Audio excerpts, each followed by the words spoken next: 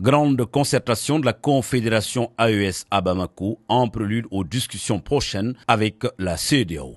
La première du genre a réuni les ministres sectoriels en charge des 3 piliers de la Confédération des États du Sahel, défense, diplomatie et développement. Cette réunion ministérielle était présidée par le Premier ministre malien, général de division Abdoulaye Maïga.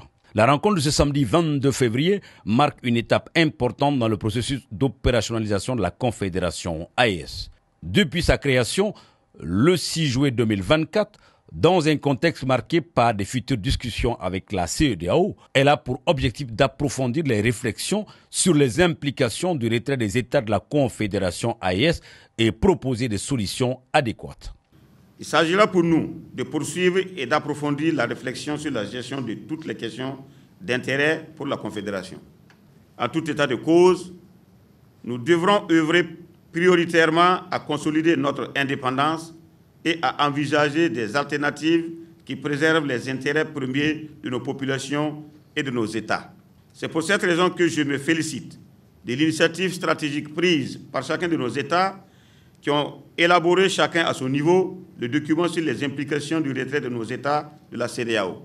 Cet important travail a permis de proposer des solutions ou des alternatives visant à préserver les acquis. Il s'agit, à l'étape actuelle, de travailler à mettre en commun nos analyses afin que, dans le cadre des discussions sous le format Confédération AES-CEDEAO, nous ayons des approches communes et harmonisées. Les divergences profondes qui ont conduit au divorce entre les États de la Confédération AES et la CEDEAO doivent inspirer tous les États et toutes les organisations communautaires de notre continent afin que soit toujours privilégié le respect des principes de souveraineté, de solidarité, de non-agression entre les États, de sauvegarde et de défense des intérêts des populations. La réunion ministérielle de Bamako fait suite à une réunion des ministres des Affaires étrangères de la Confédération, qui avait permis de dégager une approche commune à adopter lors des discussions.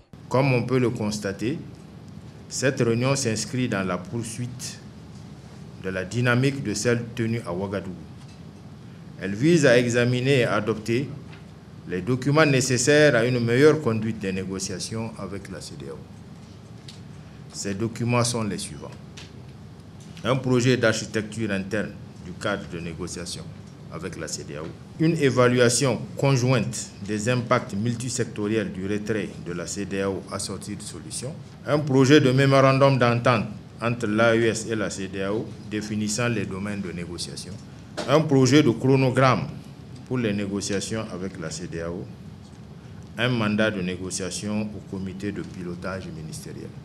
En cette nouvelle ère de libération et de conquête de souveraineté, les peuples du Sahel doivent se départir de tous les concepts inculqués pour nous asservir. Notre souveraineté sera incomplète si nous ne remédions pas aux séquelles du colonialisme. À cet égard, les assises nationales de la refondation qui se sont tenues à Niamey du 15 au 19 février 2025 procèdent de cette approche. C'est ainsi que plus de 700 représentants de toutes les couches socio-professionnelles du pays, y compris la diaspora, ont, dans une approche inclusive et participative, diagnostiqué la marche du pays dans tous les domaines et jeté les bases d'un nouveau départ.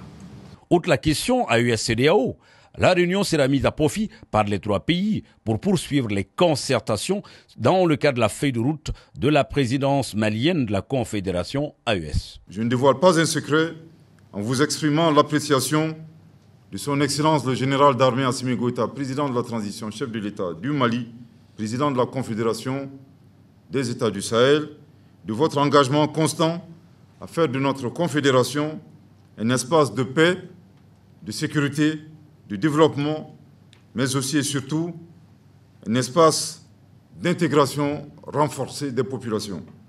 Cette intégration chère à leurs excellences le capitaine Ibrahim Traoré, président du Faso, chef de l'État, le général d'armée Assimi Goïta, président de la transition, chef de l'État de la République du Mali, et le général de brigade Abdourahmane Tchani, président du Conseil national pour la sauvegarde de la patrie, chef de l'État de la République du Niger. Cet esprit constructif, ouvert aux autres et engagé pour une réelle intégration des peuples, s'est illustré de la plus belle des manières à travers la déclaration en date du 14 décembre 2024, par laquelle le Collège des chefs d'État, sur recommandation de la réunion ministérielle sur la libre circulation tenue à Niamey le 13 décembre 2024, a décidé de faire de la Confédération AES un espace sans visa pour les ressortissants des États membres de la CEDEAO. À mi-parcours de la présidence malienne de la Confédération des États du Sahel, je ne peux m'empêcher de saluer les avancées considérables réalisées en si peu de temps. Ces succès, tant militaires, politiques, diplomatiques que ceux relatifs au développement de nos États et au bien-être de nos populations, sont à l'actif collectif de tous les acteurs concernés. Permettez-moi, mesdames et messieurs les ministres, de vous féliciter chaleureusement et sincèrement pour votre implication personnelle et vos talents de leadership qui ont permis de raffermir l'harmonie fraternelle entre nos équipes respectives, ou devrais-je dire, au sein de notre équipe commune de la Confédération AES. Comme vous le savez, les évolutions sous-régionales sont marquées par l'entame prochaine de nos discussions avec la CEDEAO.